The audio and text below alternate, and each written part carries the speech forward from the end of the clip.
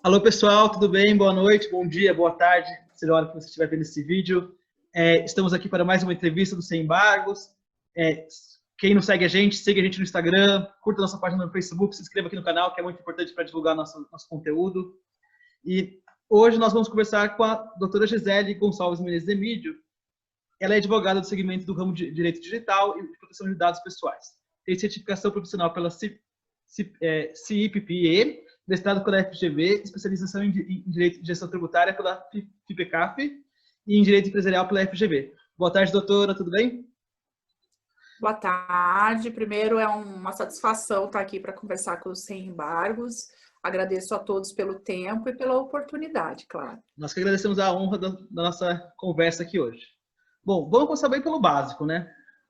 Eu acho que a maioria das pessoas talvez não tenha ideia do que é dado pessoal. E qual é a razão de que, alguns anos para cá, a discussão sobre regulamentação do uso desses dados pessoais vem ganhando essa maior volume, né, maior importância? A proteção de dados pessoais, ela deixa de ser uma questão tecnológica, né? Até porque a lei ela não trata especificamente de dados pessoais armazenados por meio exclusivamente tecnológicos, mas ela é uma questão de cidadania, uma questão de proteção do cidadão. Hoje, atentar para proteção a essa privacidade ter assegurado o direito de alguma privacidade, né? Então, a lei, que é a Lei 13.709 de 2018, né, ela ainda não entrou em vigor, a gente está em uma expectativa, porque hoje, dia 21 de agosto, a gente aguarda seja votada a MP para saber se, de fato, prosseguirá aí uma prorrogação da entrada em vigor para 3 de maio de 2021, ou se, caducando a MP, se ela entra imediatamente em vigor. Há uma expectativa aí de boatos intra-Congresso Nacional aí, de que pode ser prorrogada para 31 de dezembro de 2021, enfim, de 2020, desculpa, enfim. Fato é que quanto antes entrar em vigor, melhor é para o cidadão, né? Ao contrário do que se possa pensar, a LGPD ela não vem para proteger a empresa, ela não vem para proteger segmento, ela não protege o consumidor, nem só o empregado, nem só o empresário, ela protege toda e qualquer pessoa natural, né? Então, desculpa. Então, nesse sentido, o que são dados pessoais, né? Quais são os dados que essa lei tem por interesse proteger? Os dados pessoais que a lei visa proteger são todos e quaisquer dados que que identifique ou torne identificável uma pessoa, né? Então, esses dados são nome, endereço, CPF, RG, número de qualquer documento, mas também matrículas de empregos, voz, imagem, né? Às vezes tatuagem, uma tatuagem pode identificar uma pessoa. Isso foi visto aí no caso da Marielle, né? Que uma dos dados que permitiu-se chegasse um dos dados que tem permitido uma busca aí em relação à pessoa que estava dentro do carro é uma tatuagem que se vê na imagem. Então, esse dado pode ser também um metadado, um IP de máquina, tudo depende do contexto em que esse dado ele é tratado, né? Sem prejuízo desses dados que podem identificar uma pessoa, a gente tem dentro da categoria dados pessoais, a gente ainda tem 2 gêneros especiais, que são os dados pessoais sensíveis, que aí é dados sobre origem racial ou étnica, convicção religiosa, opinião política, filiação a sindicato ou organização de caráter religioso, filosófico ou político, dado referente à saúde ou à vida sexual, dado genético ou biométrico, e a gente tem também os dados de criança, né? E aí criança, assim entendido o menor entre 0 e 12 anos, né? E a partir de 13 anos até os 18, o adolescente. Então, também esse dado ele tem uma proteção um pouco mais robusta, por se tratar de um dado de menor. Então, basicamente, dado pessoal é qualquer dado que identifique ou torne identificável uma pessoa. Imagina se a gente costuma usar muito o exemplo da professora na sala de aula, né? Se colocar eu, Gisele, numa sala de aula com 40 crianças, talvez eu não identifico nenhum, né? Senão meus filhos, claro. Então, assim, para aquele contexto, eu, Gisele, não identifico ninguém. Mas se eu pegar a professora que dá aula diariamente para essas crianças e colocar ela ali, ainda que eu vende os olhos dela, basta que eu dê algumas características, né? Que eu diga, olha, é mais alto, é mais baixo, tem um cabelo assim, tem um cabelo assado, brinca muito, brinca pouco, e basta, né? A professora, ela de pronto vai identificar quem é esse aluno. Então, nesse contexto, para essa professora, essas informações que para mim não teriam relevância alguma, para aquela professora identifica uma pessoa. Então, esses são os dados que a lei tem por objetivo proteger.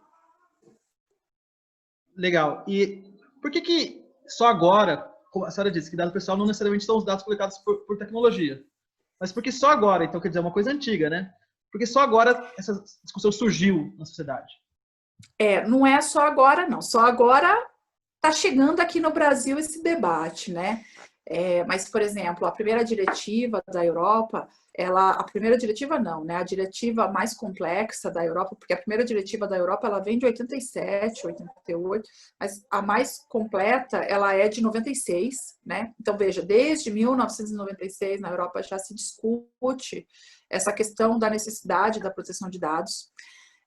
Na verdade, assim, essa questão da proteção de dados, ela data até de um momento muito anterior, já desde a Segunda Guerra, por exemplo, há uma situação, né, que é ponderada aí na história da proteção de dados, que é a seguinte, havia uma aldeia, salvo o melhor juízo, na Holanda, onde era um lugar de judeus, né? E essas aldeias, o país identificava para que ele pudesse oferecer, ela era mais afastada, então ele identificava essas regiões mais afastadas, onde tinham esses judeus, com o escopo de oferecer o alimento que é específico daquela religião, né? De alinhar distribuição de produtos específicos daquela religião para aquela região.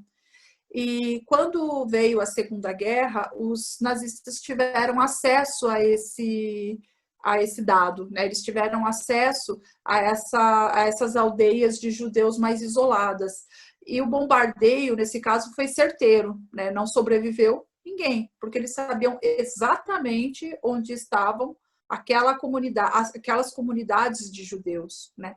Então, desde a Segunda Guerra, já vem esse debate relacionado à religião, à política, a posicionamentos filosóficos, à vida sexual, né? Muito mais por perseguições em razão de gênero, né? Raça. Mas isso veio sendo melhorado, vamos colocar assim, né? Isso veio sendo trabalhado de como poderíamos lidar com isso, né? Em se tratando de sociedade. A partir daí, essa proteção de dados ela passou a ser incorporada a normas internacionais, né, que prevêem que essa privacidade, essa proteção de dados é um direito da pessoa humana. E chegando até esse ponto onde nós temos hoje legislações específicas de proteção de dados. Então, aqui no Brasil, nós temos a LGPD, na Europa, o GDPR, em janeiro desse ano entrou em vigor o Estatuto da Califórnia, enfim, os países se preocupando muito nesse momento, desde o Cambridge Analytica, isso ferveu assim, ao redor do mundo. Por quê? Porque passou a se perceber que não era mais só uma questão de perseguição, mas uma questão também que é uma questão que também interfere na vida do cidadão, né? Então, você eleger pessoas para governar países por meio de publicidades dirigidas, por meio de formações de opiniões dirigidas, por meio de fake news, inclusive, né? Você escolher, na verdade, assim, o cidadão estar sujeito a taxas elevadíssimas, por exemplo, para a contratação de um convênio médico, porque o convênio tem todo o histórico desse cidadão de vários contratos, né? Você está sujeito a uma recusa, por exemplo, do seu seguro de automóvel, do seu financiamento da casa, porque são armazenados dados excessivos sobre você. Isso é uma violação ao direito fundamental. né, de privacidade, dentre outros, né, porque se olhando assim com um pouquinho mais de cuidado, você vai ver que isso acaba por impedir acesso à saúde, acesso à moradia, acesso a emprego, né? Então, muitas pessoas são avaliadas por informações que constam sobre elas na internet para a conquista de um emprego. Então, a partir daí, começou a se perceber, né, que o dado pessoal ele circula de uma maneira muito indistinta, muito sem controle na internet, e a despeito disso ele causa um impacto na vida do cidadão muito relevante. O próprio Brexit, né, ele tem toda uma história ali, aquela separação, né, a saída da Inglaterra da comunidade europeia, ela tem muito a ver com essa questão de informações não necessariamente verdadeiras, né, endereçadas aos ingleses, de modo que eles se sentissem completamente ultrajados com essa comunidade, né, a ponto de querer dela sair. Então, a interferência ela é muito substancial. Isso, assim, no nível político, mas assim, num nível mais individual, você tem aquela indução a uma compra, você tem a indução a discursos de ódio, você tem a segregação de pessoas, você tem uma série de outras condutas não éticas e pouco produtiva para a sociedade, né? Pouco adequadas mesmo e que interferem demais na vida do cidadão, sendo adotadas a partir desse uso dos dados, né? E por que agora? Não agora, de novo, mas por que mais agora, né? Porque a tecnologia, ela circula essa informação numa velocidade absurda, né? Então, hoje, vemos aí o caso da garotinha de 10 anos, é um caso que, em questão de 2, 3 dias, tomou proporções internacionais, né? Fosse essa situação num momento onde o dado estaria publicado num jornal físico, não disponível na internet, armazenado num arquivo de biblioteca, quantas pessoas teriam acesso a essa informação? É um número muito menos reduzido. Desculpe, é um número bem mais reduzido, né?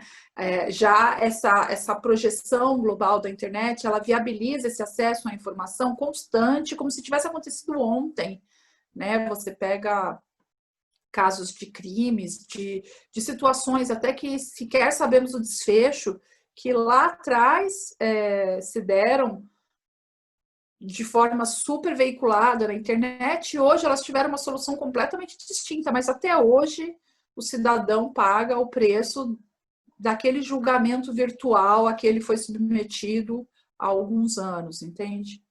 Então é isso, a preocupação maior hoje é porque a internet ela dissemina a informação de uma maneira muito rápida, né? E ela permite o acesso ao indivíduo também de uma maneira muito precisa, muito assertiva, né? Eu consigo eu não, mas vamos dizer assim, né? Os titãs aí da tecnologia conseguem, em questão de minutos, por exemplo, identificar a Gisele na internet, identificar o Caio na internet, e a partir daí endereçar a eles questões bem pontuais, né? Legal. E dentro desse cenário, e como a senhora disse que a Lei Geral de Proteção de Dados ainda não entrou em vigor, os brasileiros estão desassistidos? Os dados pessoais dos brasileiros estão desassistidos? Como que funciona essa gestão de dados hoje? Não. Hoje a gente tem essa questão da proteção de dados melhor estruturada a partir da Lei Geral de Proteção de Dados, né?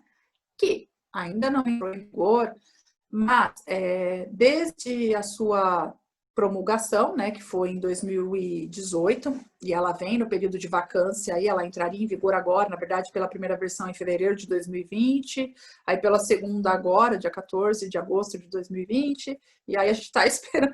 Mas, assim, desde sua primeira versão, o que ela faz é estruturar melhor esse direito e é como se ela desse publicidade, né, como se ela tornasse muito mais ostensivo a questão de que esse direito assiste a todo e qualquer cidadão. Mas, na verdade, o direito à privacidade, à proteção de dados, ele tem caráter constitucional, ele é um direito fundamental né? E é indispensável, inclusive, para o desenvolvimento do indivíduo. Esse direito ele é reconhecido na Constituição. A gente tem também, inclusive, disposições relacionadas ao direito de personalidade no Código Civil, artigo 20, artigo 12. Você tem lá as disposições relacionadas ao direito da personalidade, né? Também o Código de Proteção e Defesa do Consumidor, ele traz também informações bastante... Ele pondera ali direitos que hoje ele só vem repetido, né, na Lei Geral de Proteção de Dados, e melhorado, claro, muito mais completo, mas também ali o Código de Defesa de Proteção de Dados, o Código de Defesa do Consumidor, que é de 1990, já traz uma série de direitos ao consumidor. E, dentre outras leis, a gente tem o Marco Civil da Internet, que é de 2013.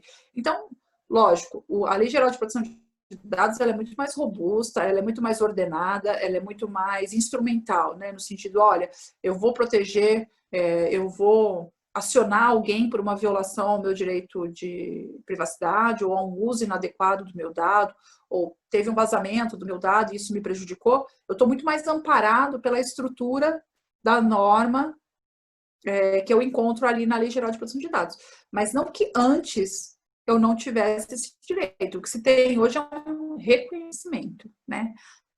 Como o direito do consumidor, ele existe desde 88, né, da promulgação da Constituição, e ele só veio para o Código em 1990, e mesmo assim levou-se alguns anos aí para que a gente incorporasse de fato esse direito, né? Então, mesmo caminho segue aí a proteção de dados. Ele está muito mais aprimorado, mas não que ele nasceu com a Lei Geral de Proteção de Dados.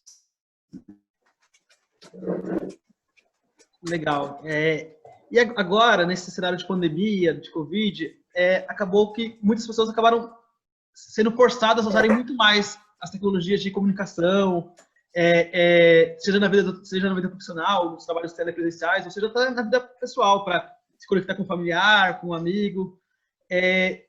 Então, isso tudo aproximou as pessoas da tecnologia. Além disso, até o governo passou a coletar dados de pessoas, empresas de telecomunicação, para fazer adoções de políticas públicas de combate, né, em tese de combate à pandemia.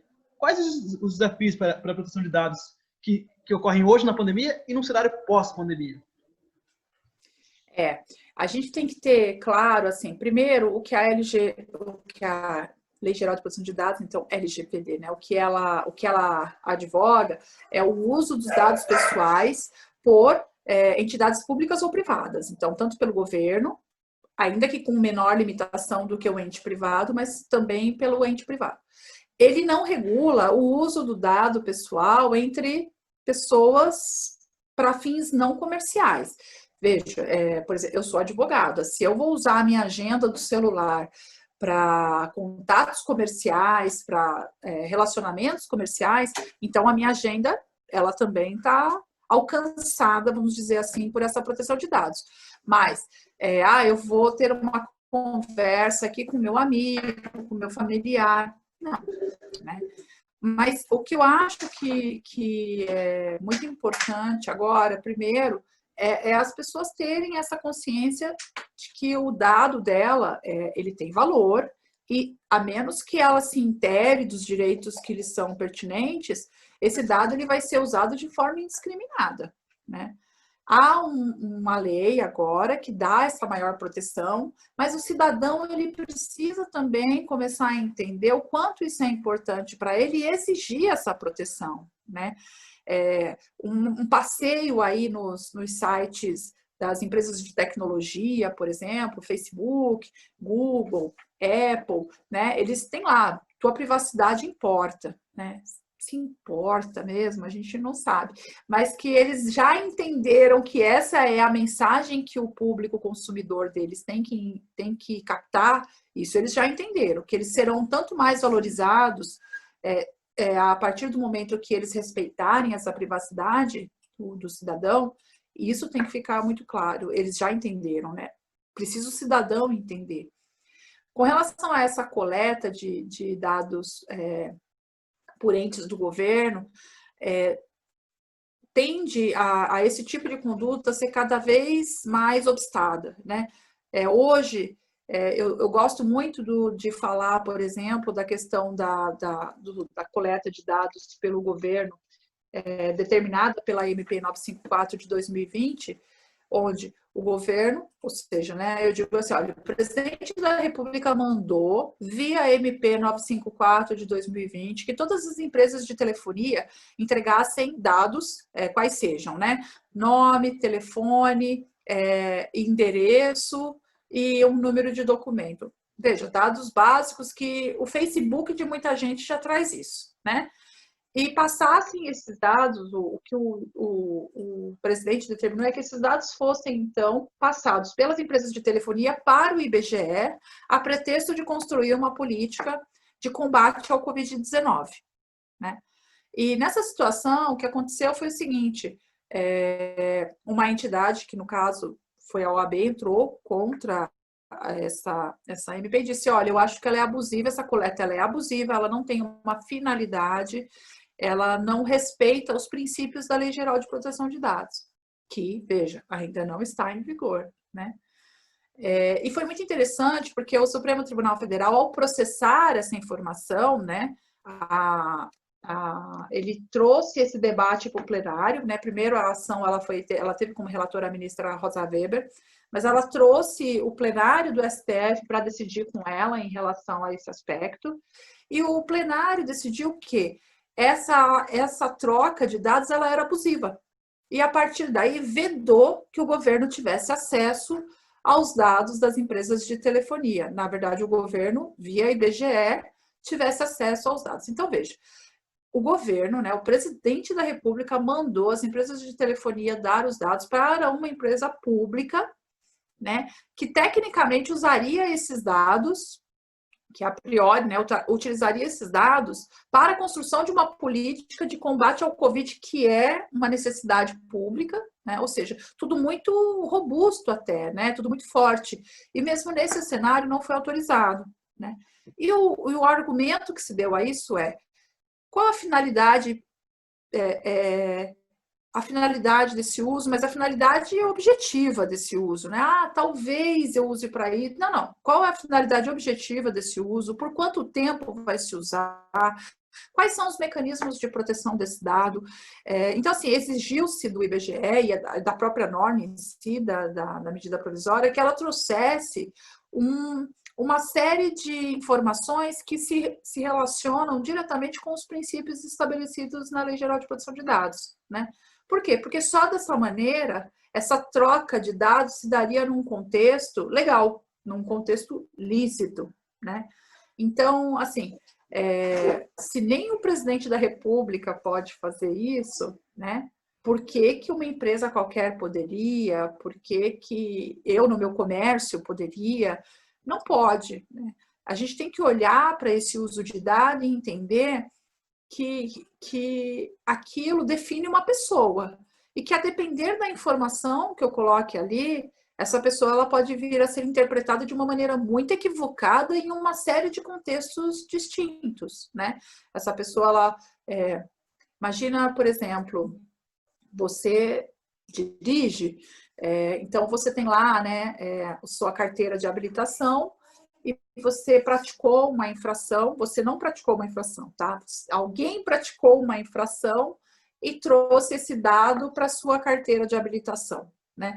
Quando alguém consulta esse dado sobre você, imagina que eu vou te dar olha, o Caio será contratado por uma empresa onde ele terá que dirigir. A que título quer que seja, né? Porque ele vai fazer serviços fora da cidade, enfim. E eu vou dar uma olhada ali na carteira de habilitação do Caio. E olhando lá, tem 44 pontos, né? O Caio é um péssimo motorista. Eu vou julgar o Caio a partir dessa informação que está ali lançada, sem dar ao Caio o direito dele entender o que está acontecendo e de que ele está sendo julgado por aquela informação. Eventualmente não foi o Caio, eventualmente tem o Caio e o irmão dele tem carros no nome do Caio. Às vezes eu comprei carro para mim, para o meu marido, para o meu filho, eles estão todos no meu nome. Eu pedi a transferência da multa, essa transferência não aconteceu. Ou seja, há um equívoco ali, só que esse equívoco não vai permitir que o Caio se defenda, entende? Então, quando a gente olha para esse contexto onde tudo é usado de maneira digital sem qualquer questionamento, a gente tende a estabelecer preconceitos, a estabelecer pré-julgamento de situações que não necessariamente se desenvolvem daquela maneira. Então, enquanto cidadão, a gente tem que olhar para nós mesmos e entender que, primeiro, nosso dado tem valor, então muito cuidado com aquilo que circula sobre você, né? E você vai ser julgado por isso. Segundo, sabendo que eu vou ser julgado por isso, quais são os direitos que eu tenho de corrigir essa informação, ou de impedir o uso dessa informação, ou de pedir que essa informação seja removida, né? Num contexto de Covid, é evidente que se validou uma série de usos que não necessariamente eram válidos, né? E daí a gente já tem visto o nosso Poder Judiciário um pouco mais ativo, e não só o Poder Judiciário, a gente tem uma série de entidades aí não governamentais muito participativas, muito ativas mesmo, nessa questão da defesa e proteção dos dados pessoais, né? Até teve o incidente americano em relação à morte do rapaz negro.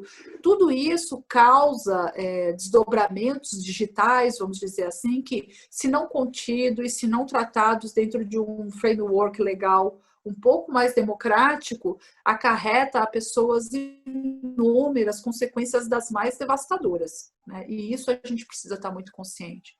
Falar de Covid, usar um dado para o Covid, ok. Mas será que esse dado vai ser efetivamente usado só para o combate do Covid? É essa segurança que precisa se ter, é essa garantia que precisa se ter, né?